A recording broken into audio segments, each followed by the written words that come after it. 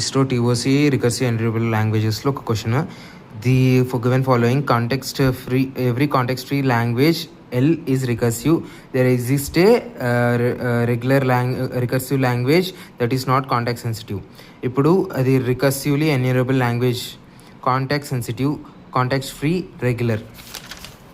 Clear diagram ఇక్కడ ఉంది చూడు. ఒక రెగ్యులర్ లాంగ్వేజ్ అయితే ఖచ్చితంగా అది కాంటెక్స్ట్ ఫ్రీ ఉంటుంది. కాంటెక్స్ట్ ఫ్రీ అంటే అది ఖచ్చితంగా కాంటెక్స్ట్ సెన్సిటివ్ అవుతుంది. కాంటెక్స్ట్ సెన్సిటివ్ అయితే ఖచ్చితంగా రికర్సివ్లీ ఎన్యూరబుల్ అయి ఉంటుంది. కానీ అది ఒకవేళ రికర్సివ్ ఎన్యూరబుల్ అయినంత మాత్రాన కాంటెక్స్ట్ ఫ్రీ కావక్కర్లే. అది సెకండ్ స్టేట్మెంట్. రికర్సివ్ లాంగ్వేజ్ కానీ కాంటెక్స్ట్ సెన్సిటివ్ కాదు. అదే ఇక్కడ ఉంది చూడు. రికర్సివ్ లాంగ్వేజ్ అయినంత మాత్రాన కాంటెక్స్ట్ సెన్సిటివ్ కాదు, కానీ కాంటెక్స్ట్ సెన్సిటివ్ అయితే ఖచ్చితంగా రికర్సివ్లీ ఎన్యూరబుల్ లాంగ్వేజే. కాబట్టి వీటిలో కూడా చూసుకో. పైనుంచి కిందికి అవ్వాల్సిన అవసరం లేదు, కానీ కింద నుంచి పైకి కావాల్సిందే. రెగ్యులర్ అయితే ఖచ్చితంగా కాంటెక్స్ట్ ఫ్రీ ఉంటుంది, కానీ కాంటెక్స్ట్ ఫ్రీ అయినంత మాత్రం రెగ్యులర్ అన్నట్టు ఈ డయాగ్రామ్ బట్టి ఎట్లా చెప్పలేం.